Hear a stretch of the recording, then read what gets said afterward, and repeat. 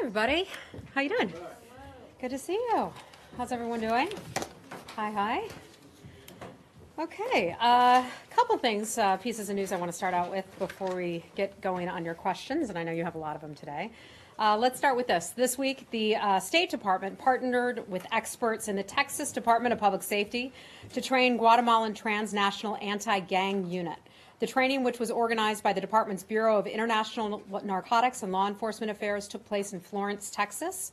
In Central America, gangs perpetuate violence and foster conditions that drive people to leave their homes, often traveling through Mexico toward the United States. The goal of the partnership is to combat the gangs that threaten both of our countries through training in firearms proficiency, operational tactics, and personal defensive measures. The State Department works with federal, state, and local entities in the fight against violent gangs. The Texas Department of Public Safety is sharing its expertise with Guatemala in an innovative partnership to fight criminal threats to the U.S. and Central American security. Second thing, I'd like to talk about Cambodia a little bit. It's a topic we've covered a lot, and our concerns about the dissolution of the opposition Cambodia National Rescue Party. We are gravely concerned that the Cambodian government's decision to dissolve the Cambodia National Rescue Party, the CNRP.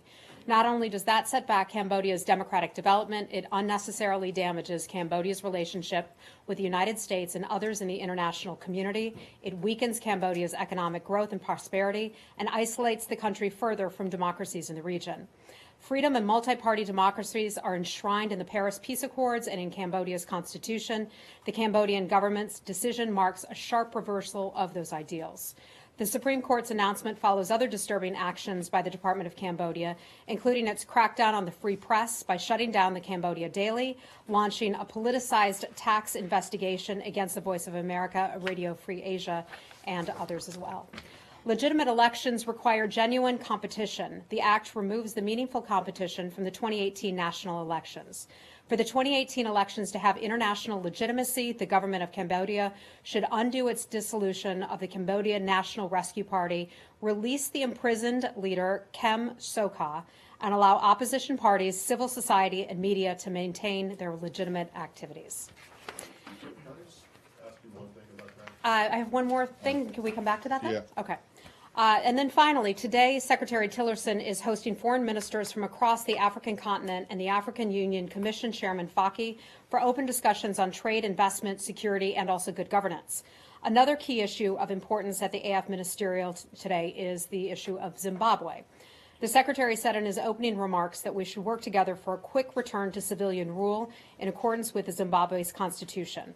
He also highlighted that Zimbabwe has an opportunity to set itself on a new path, one that must include democratic elections and respect for human rights. In addition to that, our Deputy Secretary of State, John Sullivan, is currently in Africa today. He arrived yesterday in Sudan and met with the Foreign Minister Ibrahim Gandahur, the Prime Minister Bakri Salah, and other government ministers and civil society members. After meeting with the Deputy Secretary, Foreign Minister Gandahur publicly announced that Sudan is committed to ending all military and trade ties with North Korea, an action that we strongly support. Deputy Secretary Sullivan and Foreign Minister Gandahur also discussed ways to build on cooperation in other areas, including counterterrorism, humanitarian access, human rights, and also religious freedom. The Deputy Secretary also delivered remarks in Khartoum to an audience of human rights activists, religious leaders, and other stakeholders. He encouraged Sudan to improve its record on human rights and also religious freedom. The transcript of his speech is available on state.gov. The Deputy Secretary then traveled to Tunisia, where he met with the President, the Prime Minister, and also the Foreign Minister. They discussed economic reforms and measures to consolidate democracy that the Tunisian government is implementing, along with its mutual security cooperation with the United States. Tomorrow, he will meet with Prime Minister Fayez Sarraj and Deputy Prime Minister Ahmed Matig of the Libyan National Government, or the Libyan Government of National Accord, rather. They will discuss U.S. support for the UN-facilitated political process to resolve the political conflict in Libya and help advance its stabilization. On Monday, the Deputy Secretary will travel to Nigeria, and that is where he will participate in the U.S.-Nigeria Binational Commission, the BNC. It is an annual high-level dialogue between the U.S. government and the government of Nigeria. Okay, and with that, I'll take your questions. You want to start in Cambodia? Well, very quickly, Yes. before I defer to Michelle, who needs a quick soundbite Okay. on the air. something you can appreciate. I Yeah. think. Just on Cambodia, your statement, you said that this action further distances Cambodia from democracies in the region. What countries exactly are you referring to in the region? None of Cambodia's neighbors, I would say Thailand, which is under a junta right now, Vietnam, which is a one-party state, Laos, which is a one-party state, and Burma, which is not really the most democratic model. So what countries are I you would say that referring there are to? democracies in the region. Bangladesh would be an example of democracies in the region that would have greater concerns about the movement away from press freedoms and other freedoms. Okay, but I just would make the point that Thailand, that Cambodia's immediate neighbors, it seems to be going in the same direction as them, not distancing themselves because they're not really democracies. I think we Anyway. said not only does it set back Cambodia's democratic development, it damages their relationship with the United States and others in the international community. Okay. Okay? Michelle, All sorry. right. Hi, Michelle.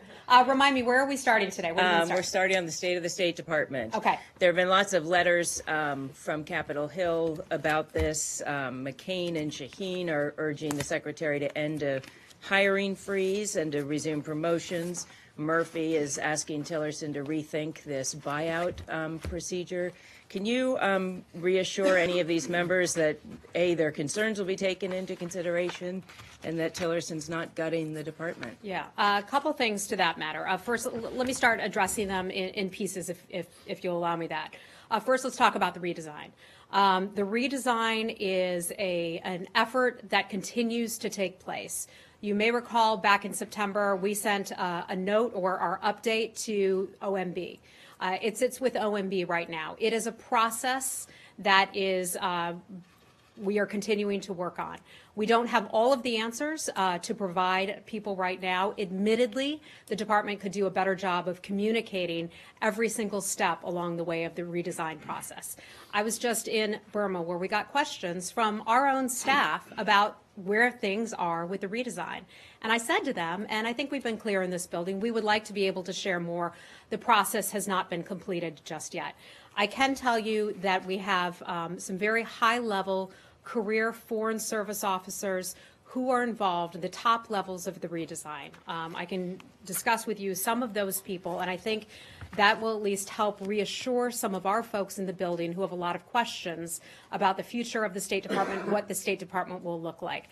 I want to make it clear that the people who are implementing the redesign, the people who are deciding the future of the redesign, you know, it's not coming from a brand new political appointee like myself. It's coming from people who have worked for the State Department for many years, in some cases, decades and decades. This process has involved a cross-section of the entire department. It's included some junior, some mid-level, mid-career staff members, and also senior members of the Foreign Service. You may recall that 35,000 members of our community weighed in when they were asked to fill out that questionnaire regarding the redesign. 300 interviews have been conducted so far as a part of the redesign process. It's been an inclusive process. You know, many of you work in the private sector. I would ask, have your companies ever asked what you think should be the future of your corporation? I'm pretty confident in saying that answer is probably no. So this department regards the overall redesign as being an employee-led, employee-driven process.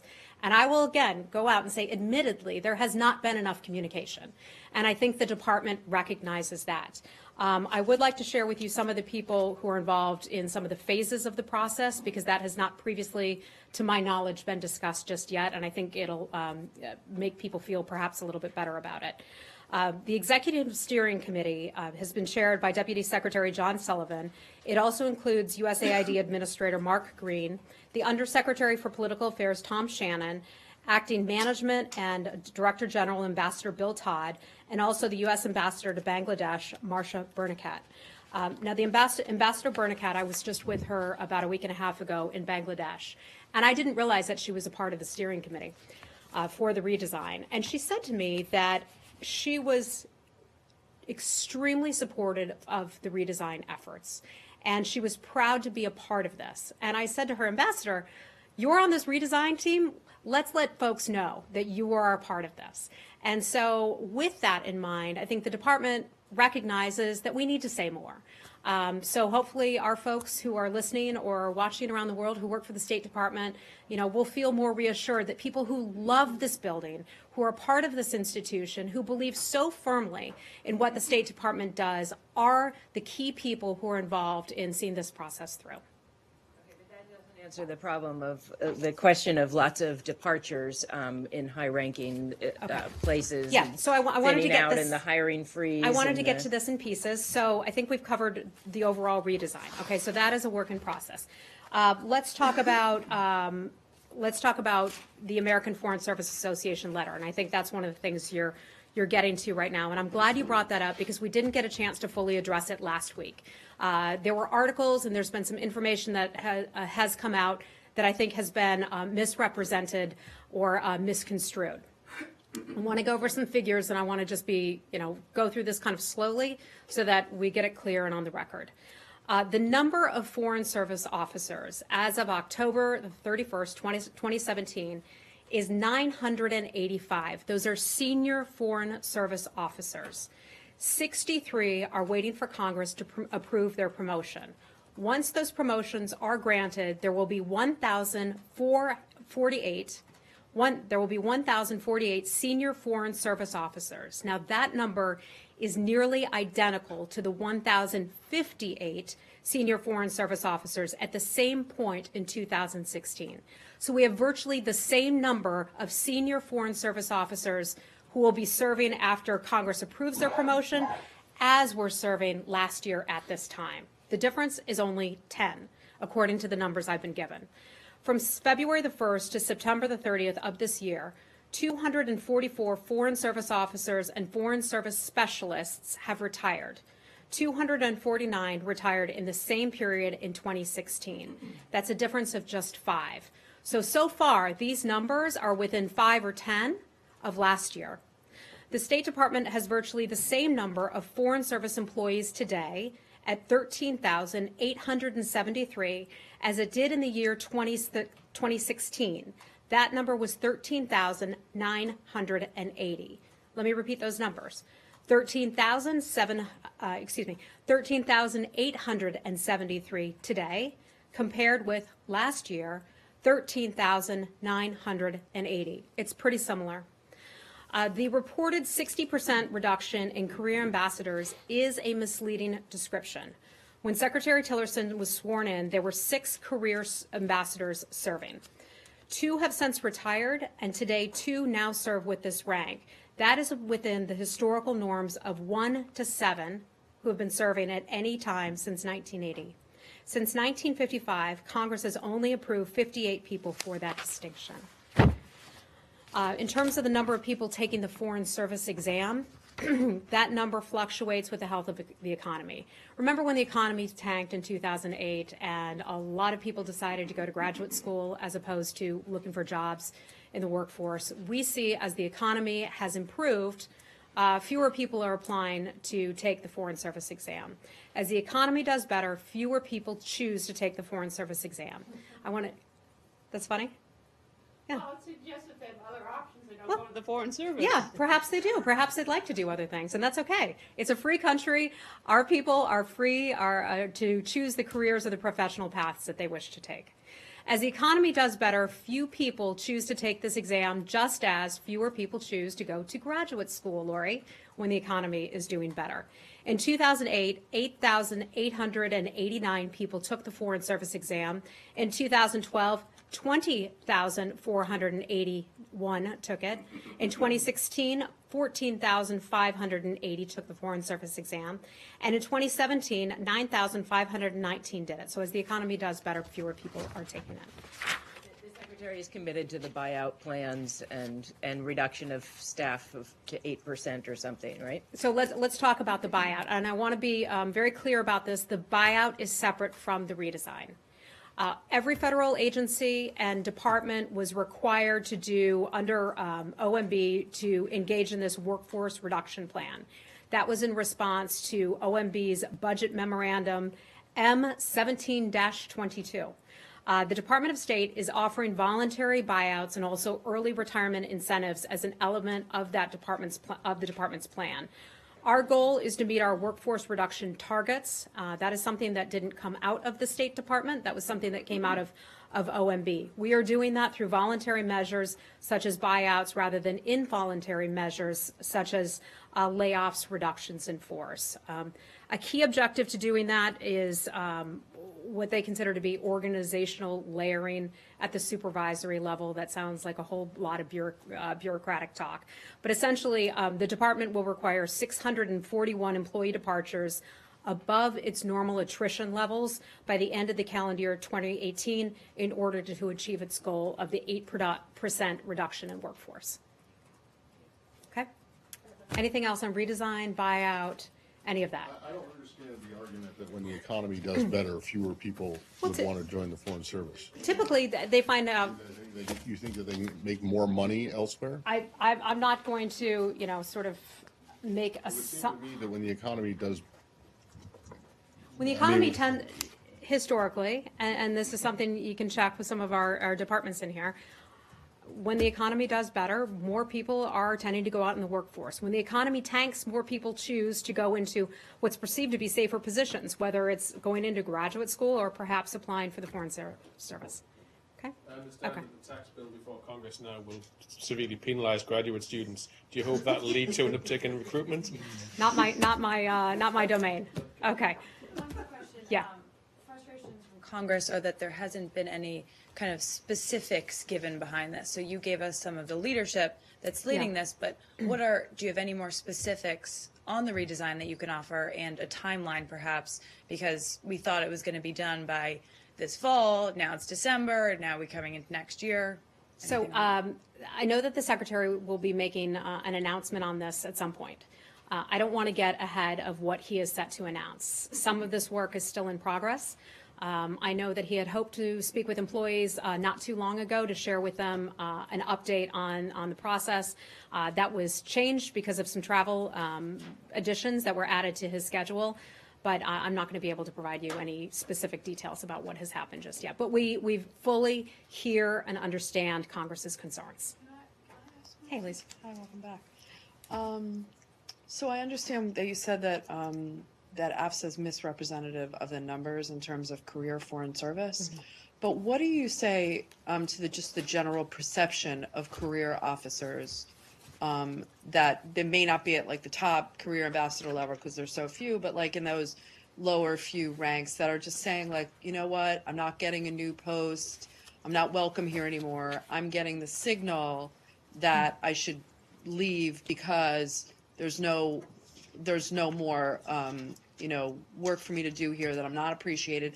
And those are the people that, may not be at the top level, but there are, a lot of people at that kind of upper range still that are just leaving because they feel like they're not welcome here anymore. So that's sort of anecdotal in nature. I can only speak to. Anecdotal, but we've all spoken. Yeah, to we've all heard that. I have not had the chance to speak to people who have said that to me.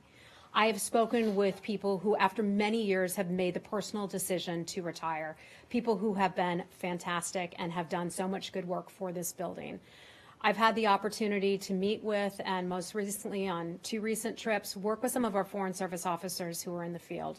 They, and you've covered this building for many years, know how terrific they are, know how transparent they are, know that regardless of policies that may be that they may have to carry out, that they may not support, they would not necessarily express those opinions. I've never worked with a more professional, and I mean this from the bottom of my heart, I've never worked with a more professional group of people than our Foreign Service officers. They have the utmost respect for me.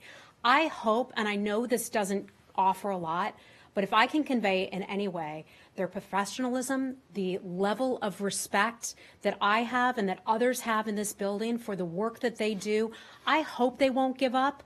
I know that times may seem tough right now. I know that the headlines coming out of the State Department do not look good, do not look promising.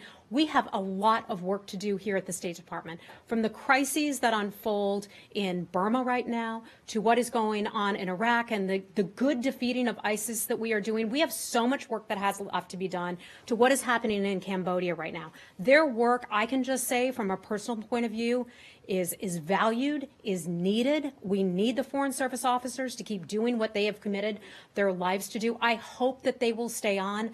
It breaks my heart to hear that some feel that they aren't wanted or aren't needed or aren't appreciated. If I can get somebody else to convey that more convincingly than I can, I would love to do that. But I can just speak for myself right now and say how fantastic they That's are. a very impassioned statement. Do you think it would help if maybe the secretary would address, the employees of the building and kind of worldwide and tell them? Because I think they're looking for that type of, leadership. I know- guess that's what I think all of the criticism Sure, that has been of written course, about. I understand that. And I think when he does go to post, and he had the opportunity to speak to our colleagues in London not long ago, he spoke to some of our folks in Burma. He was at some of our embassies in Asia, for example. I know he conveys that. I know he says that he values their work. Could we do more? Sure, I think we could always do more. Yeah. I think some folks in the building were taken aback when the secretary gave an interview to one of our colleagues from Bloomberg, I believe, that said that if there's low morale, that he's not seeing it, that he walks the hallways and people smile at him. He's of course the boss and the Secretary of State. So I'm wondering, the facts of it aside, and taking you at your word that everyone here really truly values the work that people are doing.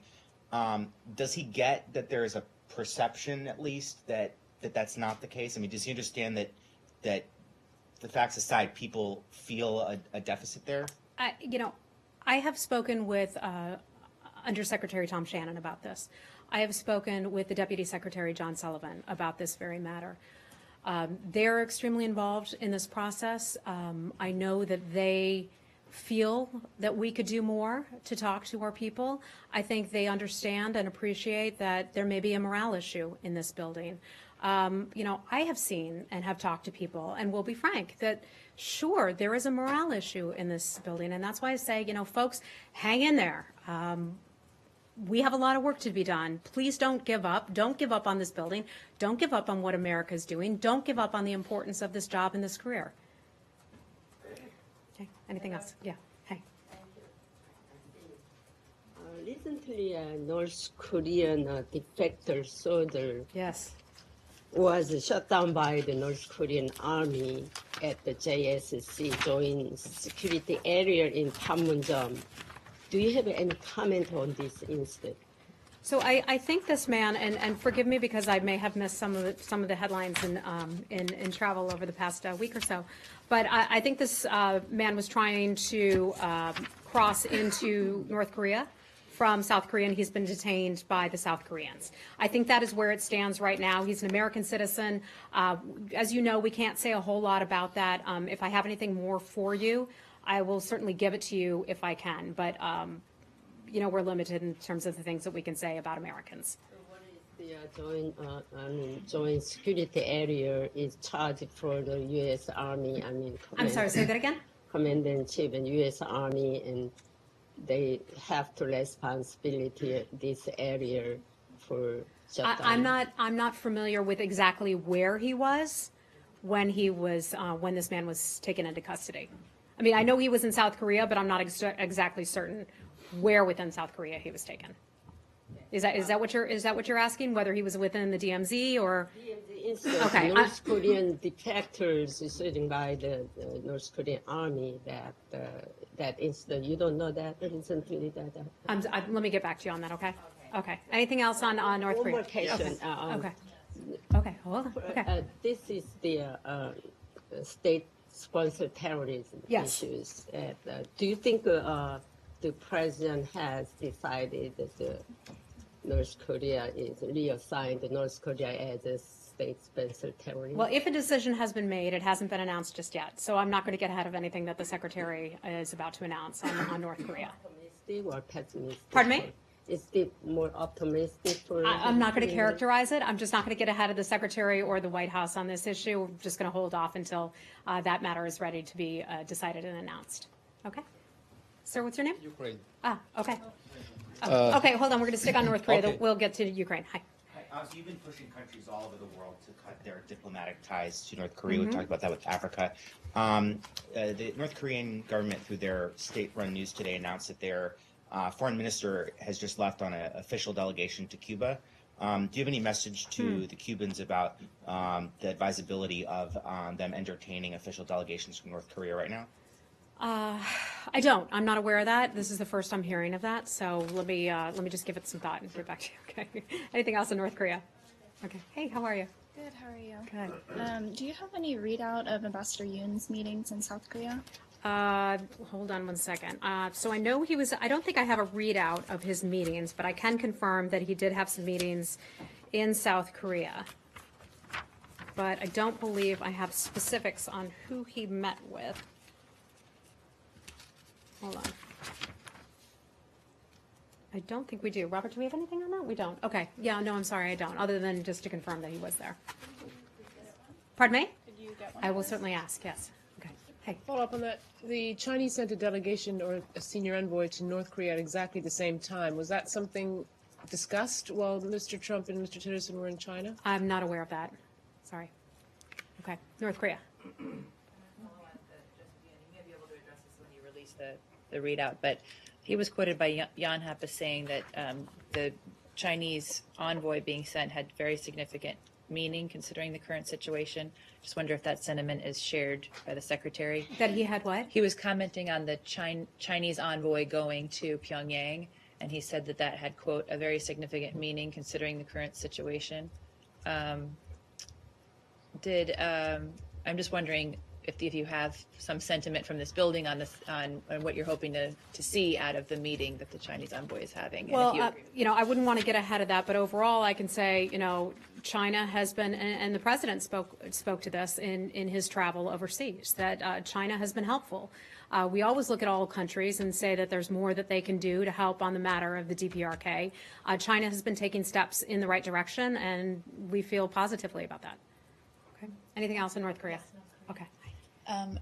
It seems there's a disagreement between the U.S. and Chinese over the idea of a freeze for freeze.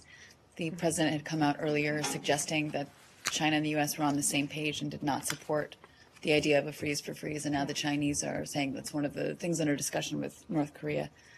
You have any response to this? I know that some countries would like to see a freeze for freeze. I'll come back to something that I've said before. There's no moral equivalency between the actions on the part of the DPRK, and by that I mean missile launches, advanced nuclear tests. There's no moral equivalency between that and our legal, justified activities when we take part in freedom of navigation operations, for example.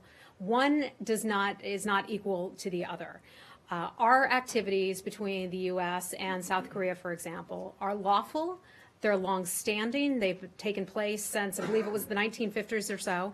They're defense-oriented military exercises. What the DPRK has done has been unlawful nuclear and ballistic missile programs and testing. President Xi himself from China recognizes that a nuclear North Korea is a grave threat. A lot of countries like to talk about this idea for a freeze for freeze, but that's just not going to work. We've done these freedom of navigation operations and other things for many, many years. They're lawful. It's enshrined under international law. And that's not going to change. Was the U.S. caught off guard by the fact that they seem to be coming out in favor of the freeze for freeze after previously? Not that I'm aware of. It doesn't surprise me because, Janny, I know you've asked about this one a lot. At different points, different countries have raised that idea. Oh, maybe this would make North Korea stop.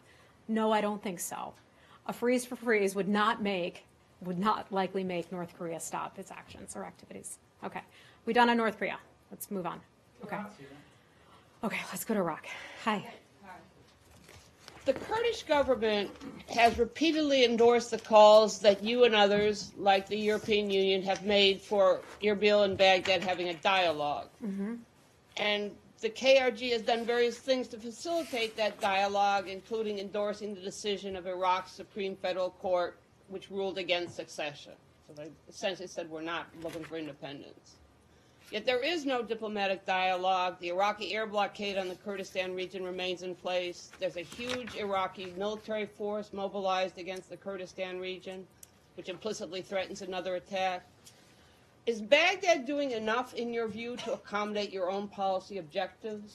So, Laura, you said there is no dialogue, and I would have to disagree with you about that because Prime Minister Abadi has met with the government of Erbil, and they have had direct military-to-military talks to try to de-escalate tensions. So there are steps that are taking place, there are meetings and there are conversations that are being had.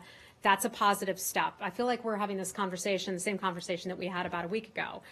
They are having dialogue between various officials at that level, and we feel that that is a good thing and continue to support the continued dialogue between. You said no diplomatic or political dialogue between the two parties, and that's what you are calling for, and Baghdad has not been. I know that they have had conversations. The United States will continue to work with and have conversations with Erbil and also with Baghdad. Presidential envoy McGurk was in Baghdad. He was in Erbil. Did he receive any commitments from the Baghdad government on starting a political dialogue? I don't have any information about his latest travel or when he was there, so I just don't have anything to provide you on that. Okay? Hey, hold on one second.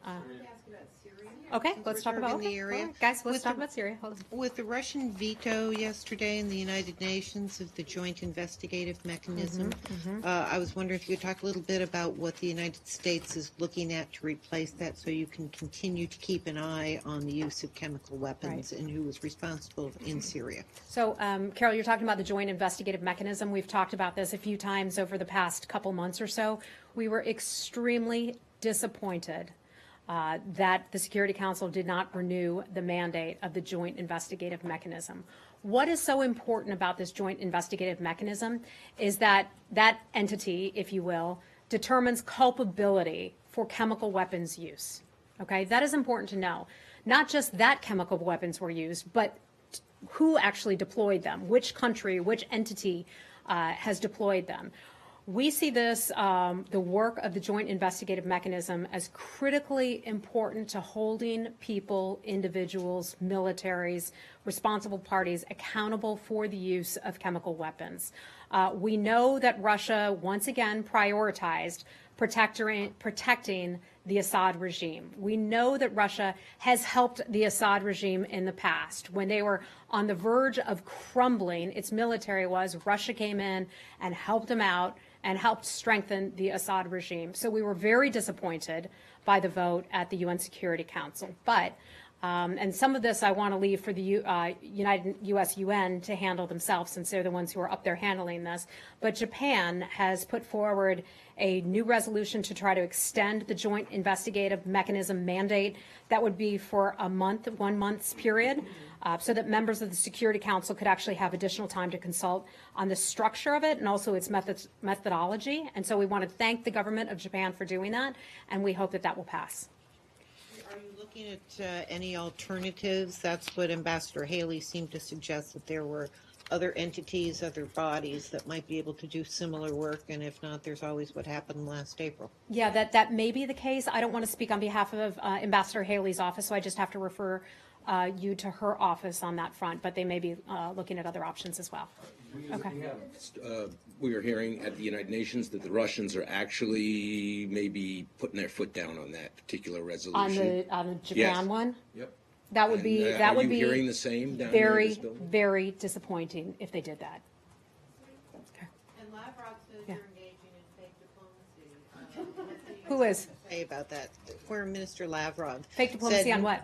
On the version of the U.S. version of Russia not being involved in the draft that Ambassador Haley was talking about. That I'd have to refer you to. That's just fake diplomacy. Yeah, and this is another matter where a world leader, a top official, will say something that's outrageous, ridiculous, and try to get us to comment on it. And I'm not going to comment on that. But I think the Joint Investigative Mechanism is something that's respected, something that's valued, a body that takes its work very seriously.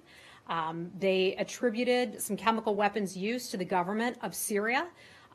Russia obviously doesn't want to hold Syria to account for some of those activities. Okay. During the Asia trip, There was a joint statement issued by US and Russia. There was a what? A joint statement Yes. issued by the US and Russia recommitting to the Geneva process, and there was a suggestion that there was some common ground had been reached on the Syria issue. Does Yeah. what's happened at the UN put that into difficulty? Well, look, we've said this a lot. You know, there are a lot of areas where we don't see eye to eye with Russia, but there are some areas where we do see eye to eye. And it may seem odd because it's actually in the same country. We're talking about Syria, where we don't see eye to eye with the Russians on how they're handling the joint investigative mechanism. But we do see eye to eye with them on the defeat of ISIS, and that's the whole reason that the U.S. is engaged along with the coalition allies in Syria to begin with. And where we do see eye to eye, as the president and as Vladimir Putin and Secretary Tillerson have discussed, is in trying to create another ceasefire zone. There's the one, and I talk about it all the time because I'm proud of the work that we've done in holding a ceasefire since July the 9th, I believe it was, of this year in southwestern Syria. So the secretary and the president and Mr. Lavrov and Vladimir Putin had agreed to trying to put together another one. If we can do that together and find this area of agreement and could potentially bring in more aid and save lives and try to get Syria more stable, try to get it back to a place where people can eventually return to their homes, that would certainly be a good thing. I hope we can get there. That's the ceasefire, but what about the Geneva process? Oh, the Geneva process, that's something that we are completely supportive of. We have talked about that for a long time. I know up at the United Nations, as the Secretary met with the like-minded countries on Syria and also with the de-ISIS coalition members separately, that was one of the things that we recommitted ourselves to, the Geneva process, so that hasn't changed. I don't know. I know that we continue to support the Geneva talks. I don't want to. Russia had agreed to join the Geneva talks. We see that as the long-standing and best road to peace and stability. I hope they will stand behind that and won't back away from that. Okay. Ambassador Haley said that Russia cannot be trusted or credible. She said that what? Russia cannot be trusted or credible after this veto. What would this? How would affect the agreement? Yeah, I don't want to speak on behalf of Ambassador Haley.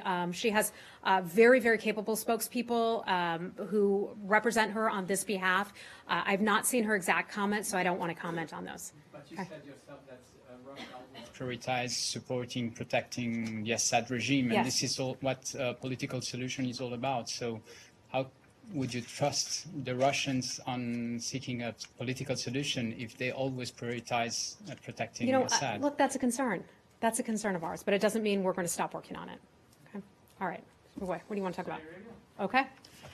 Heather, the Secretary, I believe earlier this week, seemed to express some concern about the corruption investigations and arrests in Saudi Arabia. Has the State Department since then received satisfactory information about how those prosecutions are taking place?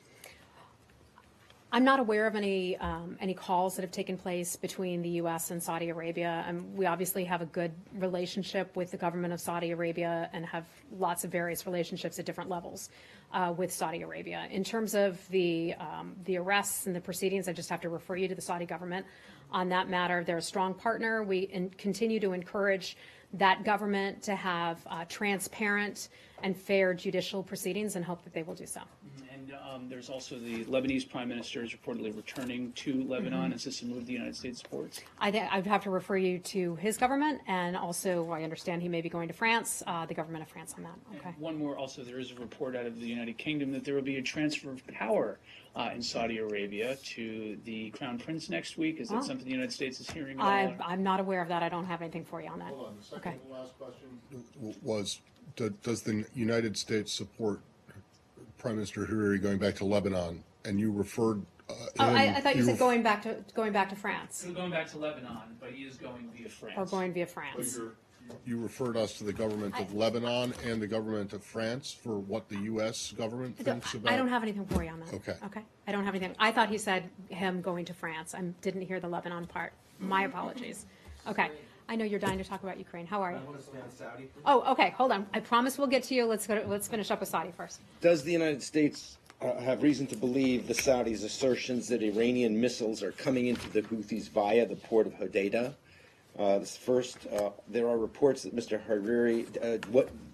What does the United States have to say about reports that Mr. Hariri is going to Paris And do you believe that he will stay there in exile, or would you want the French to ensure that he goes back to Beirut? I think we have no idea on that. That one is the one I would refer you to him and also to the government of France. And on the missiles? In terms of the missiles going in, potentially, that some would say, go into Yemen. Is that what you're referring to? Does the United States Okay. have reason to believe the Saudis' assertions, or do you support their assertions that these missiles are going through the port of Hodeidah? That would be, I think, an intelligence matter, so I'm not going to be able to comment on anything related to intelligence as it relates to ports and also any land bridges or flights in terms of getting aid into Yemen. That is something we are strongly supportive of. We encourage that to take place. For the opening of those, we've long called for that so that people can get the aid and the humanitarian help that they need in Yemen. So the United States believes that not all of the ports are open to Saudi, to humanitarian supplies. We know that there has been an issue with that for months. Okay. All right. We'll talk about Ukraine now. Thank you so much. And tell me you're with who again? Ukrinform News Agency. Ukrainian what? Ukrinform News Agency. Informed Media Agency. Okay. Nice to So see you. I actually have two questions about Ukraine. Two questions. The first one is about today's news that journalist of the Ukrainian radio, Pavlo Sharoyko, was arrested in Minsk, Belarus. He was detained last month in October, but the Belarusian KGB and the government of this country have been keeping silence on that. The other Ukrainian journalist, Roman Sushenko, has been detained in jail in Moscow for more than 1 year. We also know other Ukrainian journalists who were persecuted by KGB/FSB. Do you have any comments on the situation? I'm sorry, I don't have any information on that. I'd like to look into that and get back to you. In general, about the detention of Ukrainian journalists outside in Belarus and Russia. One of the things that you will hear, and I know we haven't had a chance to work together very often, but I'm really passionate about the rights of journalists, about the importance of free speech, about the work that reporters do in dangerous conditions all over the world. We firmly believe here at the State Department that in other countries, more voices contribute to a better democratic and more fair society. So if there are journalists who are true journalists who are being detained, that would be a concern of ours. But the specific cases that you're talking about, I'm afraid I just don't have any information for you on those cases, but I'd like to look into it for you and see what I can get. Okay, and the other question is about the visit of Assistant Secretary of State, Mr. Mitchell, and his meeting with President Petro Poroshenko and other senior government. Do you have an official remarks? And in general, could you comment, how do you assess the level of the cooperation with Ukrainian government? Okay. A couple things. So our new Assistant Secretary, Mitchell, I don't believe you all have met him yet, have you? Okay, I'd like to bring him down to the bullpen and introduce you all to him someday soon. I think you will enjoy him. I have a little bit of information about the trip that he just returned from. I believe he's now back in Washington. He went to Belgium, France, UK, Germany, Poland, and also Ukraine. And I've got a bit of a readout on some of his meetings, if I can go through this for you. In the UK, Wes Mitchell had constructive meetings in London on November the 9th at the Foreign and Commonwealth Offices and Her Majesty's Treasury. He discussed a wide range of topics with UK officials and emphasized the United States' commitment to continue building on the strong relationship between our two countries. In Germany, he had meetings with senior government officials in Berlin. Assistant Secretary Mitchell reinforced the importance of transatlantic relations and our close continued cooperation with Germany on international issues of mutual concern, including Iran, Russia, and the DPRK. In Poland, he visited there November 11th through 14th. He took part in Independence Day observances and other civic and cultural events. He had frank and positive exchanges of views with Polish government and opposition members and had the opportunity to discuss concerns with representatives of the American business community and of Polish civil society. And then in Ukraine, as you asked about, November 14th to the 16th, Assistant Secretary Mitchell met with senior government officials in Kiev, including President Poroshenko, Prime Minister Groysman, and parliamentary leaders. He reaffirmed the United States' commitment to Ukraine's sovereignty and territorial integrity and encouraged Ukraine to continue implementing critical reforms. He also met with business leaders and reformers from civil society to urge them to redouble their efforts to transform the country into a prosperous, secure, and democratic European state. Thank you. Yeah. Sure. So the Secretary in his comments this morning on Zimbabwe said that he, or the United States and others, would like to see a return to civilian rule in Zimbabwe. That is language that suggests that you believe that a coup d'etat has happened. Is that the case? Is that what you guys think? So we certainly wouldn't use that word. That word has a very specific meaning. We continue to monitor the situation there. It remains fluid. We don't have a final assessment of that situation, and as facts become more clear, then we may be able to make an assessment. Well, does the U.S. believe that Zimbabwe right now is not under civilian rule? He talked about the return to civilian rule. I think it would just say we have concerns about the situation, and we're continuing to monitor it. And then related to Zimbabwe, you opened up with a little thing about Guatemala and INL. A little thing. Well, a little opening thing. thing. It wasn't intended to be. You make it sound so cute, Matt. About INL, we're doing work in Guatemala. Yeah. Well, INL, there's an office within INL that you might be aware of, which is a wildlife trafficking office. Okay, and this is related to Zimbabwe.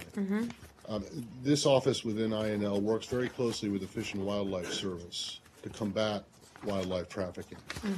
As you are probably aware, the Fish and Wildlife Service has decided to start licensing the taking of elephant trophies from Zimbabwe. And Chairman Royce of the House Foreign Affairs, Chairman of the House Foreign Affairs Committee, has come out with a statement within the last couple hours vehemently opposing this, saying that not only is it questionable on conservation grounds because of the inability of the Zimbabwean government, or questions about the Zimbabwean government's abilities in that area, but it also will spark trafficking in wildlife parts and trophies, which he says and others say, including in this building, the funds from that finance terrorism. So I want to know, one, did the Fish and Wildlife Service communicate at all with the office, with the State Department office, which deals with wildlife trafficking, on its decision? And if it did, or even if it didn't, what does this building think about that decision to allow the licensing of elephant trophies? Okay. Let me look into whether or not Fish and Wildlife under the Department of Interior was in touch with us. I don't have the answer to that. I can tell you that the State Department recently released a new report. Some of you may be familiar with this. It's called the END Wildlife Trafficking Act. It was a report to Congress. And this is what I can share with you about that the State Department worked with other agencies on a task force to put together this wildlife trafficking report. There were countries included on this list. Our government, I believe, Zimbabwe was or was not on that list. Was not on that list. This is something that was put together as a sort of an interagency process. I know this is different than what you were asking me about. You were asking me about the decision on the part of U.S. Fish and Wildlife. I'll just have to get back to you on whether or not they consulted us. And then, unrelated to that completely, does the administration have any comment on the legislation that was introduced earlier this week by Congresswoman McCollum and others regarding Palestinian children, protection of Palestinian children? I don't have anything for you on that. Have you I'm looked into sorry. that? And then last one. You got that one, Palestinian children? Okay. I have been asking for some time about this case in Bahrain, Yes. about Saeed Al-Wadeh. Do you have any updates on that, on the situation with that court case? I don't have much new on this. So a couple things on this. Saeed Al-Wadeh, he's a London-based activist who's been very critical of the government of Bahrain. He alleges that 3 of his family members were convicted because of his outspoken voice and because of his activism in calling out the government of Bahrain. So we understand that 3 of his family members were sentenced, at least two of his family members were sentenced to 3 years in prison by Bahrain court on October the 30th. For terrorism-related offenses, so very serious offenses, and that another family member of his was sentenced on a lesser charge in Bahrain. So that's a situation that we're monitoring. We're concerned by those allegations. We have heard that their confessions were obtained under duress. That would certainly be a major concern of ours. We're following the cases closely, and that's all that I have for you on that. Okay, so you have been in touch with the Bahrainis about this or not? I can tell you that we were not at the trials in Bahrain. We try to be at sort of high-profile trials as we have been in other countries. I don't know why we weren't able to join that one, but I can tell you we always continue to raise issues of human rights concerns with the government. When you say that you're concerned by the allegations, you mean you're concerned by the allegations against his family members, or you are concerned by the way in which they've been treated in the judicial system? We're concerned. We're concerned about the detainment of these people. We're concerned about allegations that they would potentially, if this were to be the case, be sentenced because of the actions of a family member. Because a family member criticized the government, it would concern us if those family members of his were detained. Okay. And the direct confessions under duress, I presume. Exactly. Yeah. Okay. Yes. Yes. The secretary said that it would be an opportunity for Zimbabwe to move towards democratic rule. So if it works out that way, could this military takeover have been a good thing? I'm not going to go there on that one. It's our understanding that South Africa and China were informed in advance. Was the United States informed in advance of the military's plans? I don't have the answer to that. Okay. All right, guys, we got to wrap it up. We got to go. Talk about concrete actions that the African ministers and presumably the U.S. could take to help this transition. Do you have anything to say about what concrete actions that might be? I don't. Sorry. Thank you. Thanks, everybody.